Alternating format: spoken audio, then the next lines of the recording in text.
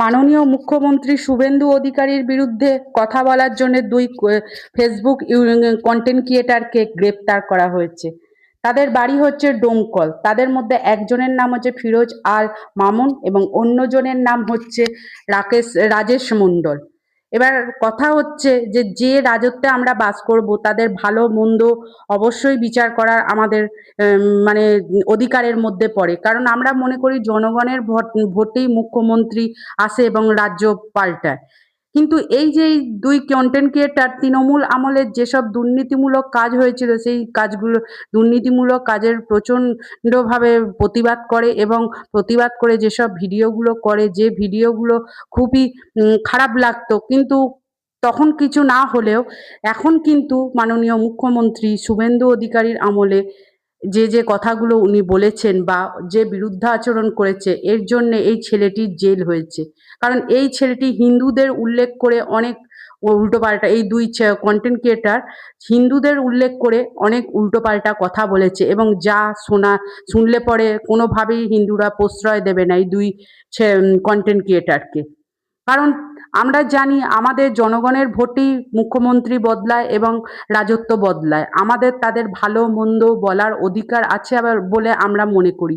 কিন্তু এই যে ছেলেটি, এই ছেলে দুটি যে হিন্দুদের উল্লেখ করে যেসব বাজে বাজে কথা বলেছে এগুলো কখনোই মেনে নেওয়া যায় না। এবং আমরা মনে করি মুখ্যমন্ত্রী যে কাজটি করেছে একদম সঠিক করেছে, কারণ এই থেকেই তারা একটা শিক্ষা পাবে। আমরা সবাই জানি যে একটা মানুষ সব্বাইকে খুশি করতে পারে না, এটা কিন্তু অতীব বাস্তব কথা। একজন মানুষ সবাইকে খুশি করতে পারে না, একজন মানুষের কাজকর্ম যে সবার ভালো লাগবে তা কিন্তু নয়। কিন্তু সেটা বিচার করার তো একটা সময় আছে, একটা পরিস্থিতি আছে। এই তো সবে মুখ্যমন্ত্রী আমাদের রাজত্বে এসছেন, এখন দেখা যাক, অন্ততপক্ষে 6 মাস দেখা যাক, কিন্তু তা না করে কিছুদিনের মধ্যেই ওনার এই সব কার্যকলাপ নিয়ে এই দুই কন্টেন্ট ক্রিয়েটার যেভাবে মন্তব্য করেছেন তার জন্য এদের দুজনকে অ্যারেস্ট করা হয়েছে। যদিও এগুলো করার অধিকার আমাদের আছে বলে আমরা মনে করি, তবে এমন কিছু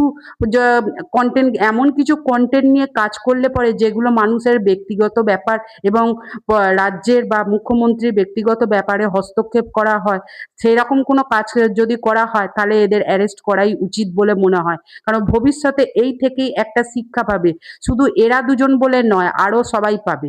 কারণ তিনি এই সবে আমাদের রাজত্বে এসছেন, অবশ্যই যে যে প্রতিশ্রুতিগুলো দিয়েছিলেন সেই প্রতিশ্রুতিগুলো রাখবেন বলেই আমরা মনে করি। কিন্তু একটা মাননীয় মুখ্যমন্ত্রী, ওনার সম্পর্কে তো উল্টোপাল্টা কথা বলার তো কোনো অর্থ হয় বলে মনে করি না।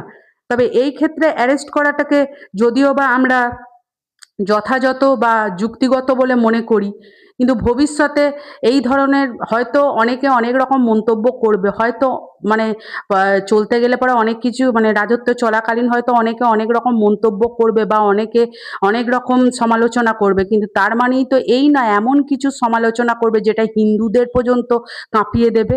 এটা কি ঠিক কাজ? এটা তো ঠিক কাজ নয়। তবে এই ক্ষেত্রে যদি অ্যারেস্ট করে তাহলে ঠিক করেছে বলেই মনে হয়, কারণ অতিরিক্ত সীমা ছাড়িয়ে যাওয়ার মতো সমালোচনা একদমই ঠিক নয় কো। এই থেকেই কিছু ইউটিউবার এবং ফেসবুক পাঠকদের শিক্ষা হবে যে কোনটা বলা উচিত কোনটা বলা উচিত নয়। কারণ কোনো জাত, কোনো ধর্ম বা কোনো বাজে বিষয়ে কন্টেন্ট করাটা একদম আইন বিরুদ্ধ কাজ, এটা একদমই আইনের পক্ষের নয়। তাতে মনে করি যে এই সব মানুষগুলোকে অবশ্যই জেলে পড়া উচিত। আপনারা যদি আমার সাথে একমত হন কমেন্ট বক্সে লিখে জানাবেন অবশ্যই।